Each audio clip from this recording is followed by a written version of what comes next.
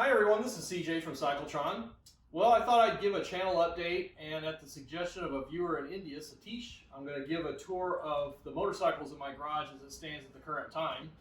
So let's get started. This is my 2019 Harley-Davidson Street Glide Special.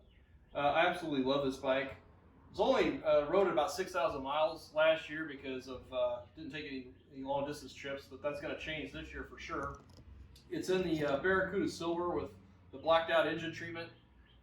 Didn't occur to me later that this is Raider colors. I'm not a Raiders football fan at all, but I absolutely love this bike.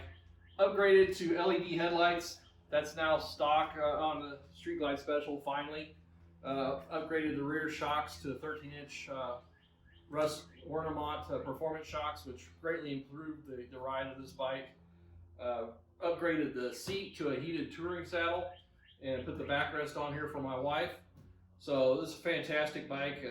Really looking forward to going on some long distance trips this year. My other bike is what I call my Copart Special. I'll get to that in a second. All the other bikes belong to my kids. So let's start with my daughter's 49cc Vespa Sprint. It's a beautiful scooter. It's a lot of fun. Vespas are kind of pricey. This is a $5,600 scooter, but the fit and finish on it's great. She lives in an urban area of town. She's keeping it here until she gets a little more experience on it and makes arrangements for storage or parking, but it's got a large storage compartment under here. It'll accept the full face helmet. It's got really bright LED headlights. I've ridden it around my neighborhood on occasion. It took me a minute to get used to not having any foot controls for brake or shifting, but it's very easy to ride. Gets up to 25 miles an hour pretty quickly. From 25 to 35 is pretty slow, and anything over 35 depends on if you got a wind at your back and you're going downhill. But still a lot of fun. With a 49cc, you're not required to have a motorcycle endorsement to ride it here in the States, so that's an appealing aspect of it for her. This is my 2005 Yamaha FZ600R, the bike I refer to as my Copart Special. I got it in March of last year. Not a great time to be restoring a bike because there was a lot of difficulty with part shipments and parts availability. Worked through it the best I could. I was mostly interested in getting the bike into good running order, which is what I did. The bike was totaled out apparently because somebody dumped it and broke up the original fairing. So I started out by ordering a new fairing. They all come from China. Quality of this one wasn't very good. The fitment wasn't good. They didn't get all the pieces in, so I ended up reusing some of the original pieces, the tail panel and the front fender, and everything black's what came in the kit. The tank's still the original tank. I didn't get a cover for it. I'm going to upgrade this fairing later this year, but went through the whole bike, replaced all the brake components, redid the air filter, new spark plugs, all fluid changed, and now the bike absolutely runs fantastic. So really happy with this bike. It's a real performance bike. I didn't realize how fast this bike is. I think it's rated 0 to 60 at 2.9 seconds, which is about as fast as any bike out there. So pretty impressive for a 16-year-old bike. Next we have my oldest son's Kawasaki Z900RS. Beautiful bike, really great fit and finish. Came across a bike just like this at my local Copart lot. Someone had apparently stolen it because the ignition cylinder core was missing. Somebody apparently busted that up so they could hotwire it, and then they rode it and dumped it. Had 2 major bashes in the tank on that bike, and I stopped pursuing any bidding on that job on that bike when I realized that the replacement tank was over $2,000. But inline 4, 900cc, just fantastic bike. You know, I recently did a video on the Yamaha MT series. This is my youngest son's MT03. This is a great bike, but from a design aesthetic, it's really in many ways the opposite of this Kawasaki. You know, very modern styling, a lot of plastic components that make the bike lighter in weight. Also makes the bike cheaper. You talk about plastic instead of painted steel. This bike's manufactured in Indonesia by Yamaha, and has an MSRP of $4,600. So they're doing a lot of things to make it very attractive, especially to beginning riders who may be more budget conscious. But for around town, no matter what age or experience level you're at, I think this bike's a fantastic bike. My youngest son moved up from a Kawasaki Z900R Pro to this bike. He rode that around in a parking lot and kind of around the streets with me in our neighborhood, and had enough of that after a year. He had a big growth spurt. He was really too big for that bike. I found I was too big for that bike. I was the least comfortable on that bike of any of the bikes. I mean, I guess I'd say I'm comfortable on every other bike but that one. So he was really happy to upgrade to this bigger bike.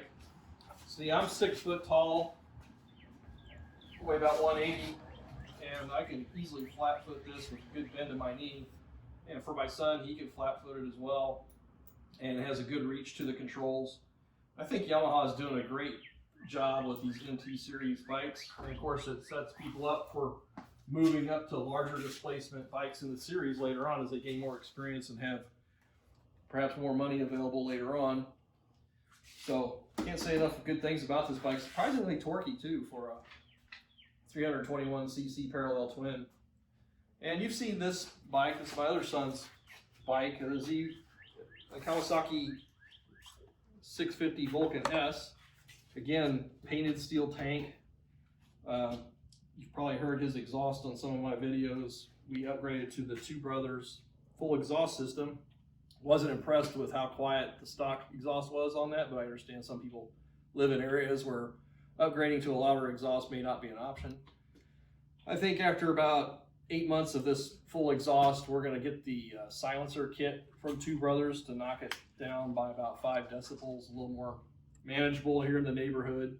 Won't have to short shift as much, and won't be as have to be as aware of the noise it's making as people are walking their dogs and things like that in the neighborhood.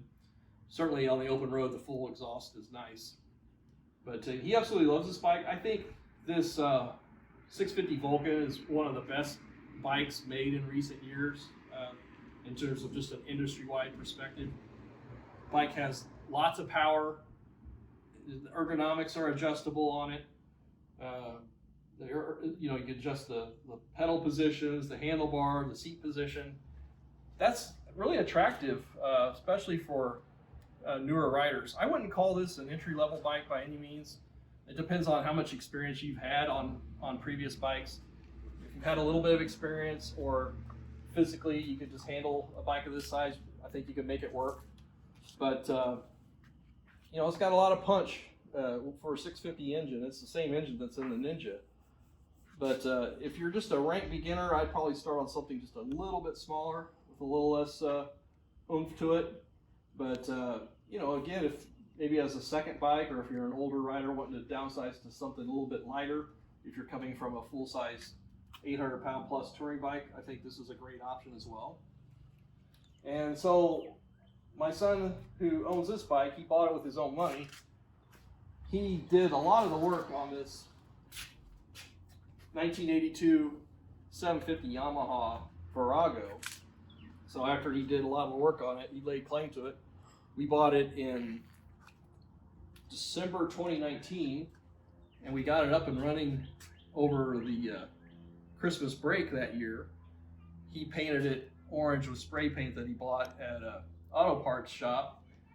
It's the Chevy Orange that many of you will recognize.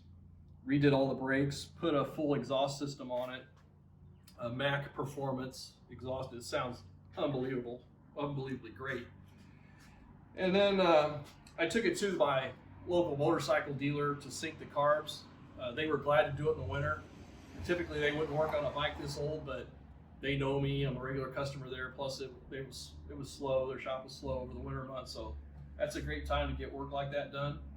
We replaced the turn signal bulbs with LEDs, upgraded the halogen LED light, and my son put a windscreen on it. So we get this bike out at least once a week. One, because it's fun, and two, because you don't want the carbs gumming up. But yeah, it's a absolutely fantastic bike. Just if you ever want to go kind of old school, it's fun to get on. It also gives you an appreciation for how well modern bikes do in terms of performance and braking. Got to be a lot more careful on these older bikes. So I want to say thank you to everyone. The channel recently exceeded 1,500 subscribers, which is great. I'm really enjoying the interaction through the comments section. I feel like it's a real community here.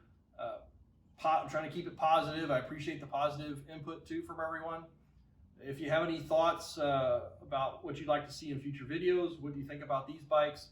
Any ideas for any direction you'd like to see the channel go into for future videos, please let me know. And thanks again, everyone.